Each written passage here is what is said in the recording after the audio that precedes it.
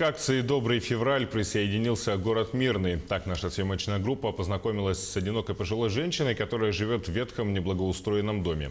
У нее нет денег на покупку дров, и наши коллеги решили помочь. Что из этого вышло, расскажет Марфирина Алексеева.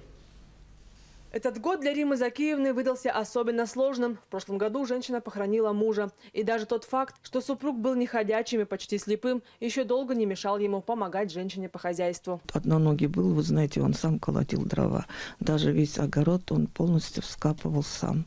Он как-то приспособился, телегу сам себе сделал на костылях, баню, дрова таскал, баню топил, потом начал слепнуть.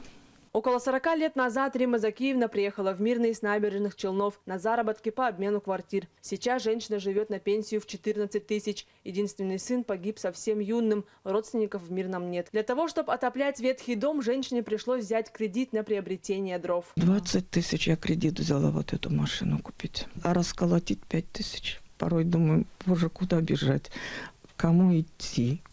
У кого жить, а кому я нужна? У всех свои проблемы. Мне всего 61 год, я еще хочу жить. При постоянной топке температура в доме достигает 10 градусов. Дом ветхий, печка не греет. Приходится круглые сутки не снимать верхнюю одежду. Ночью дом греет один обогреватель, который, сжалившись, подарили соседи.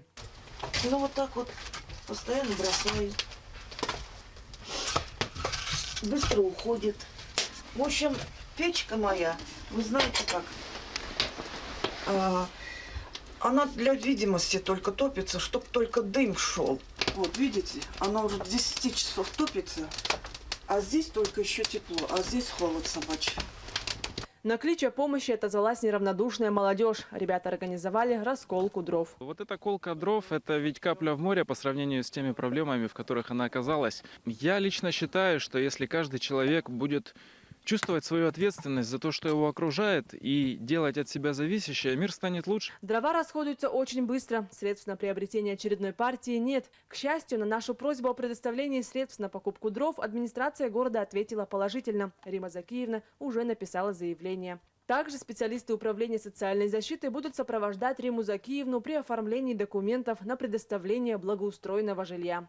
Так, чтобы в следующую зиму женщине не пришлось выживать в ужасных условиях.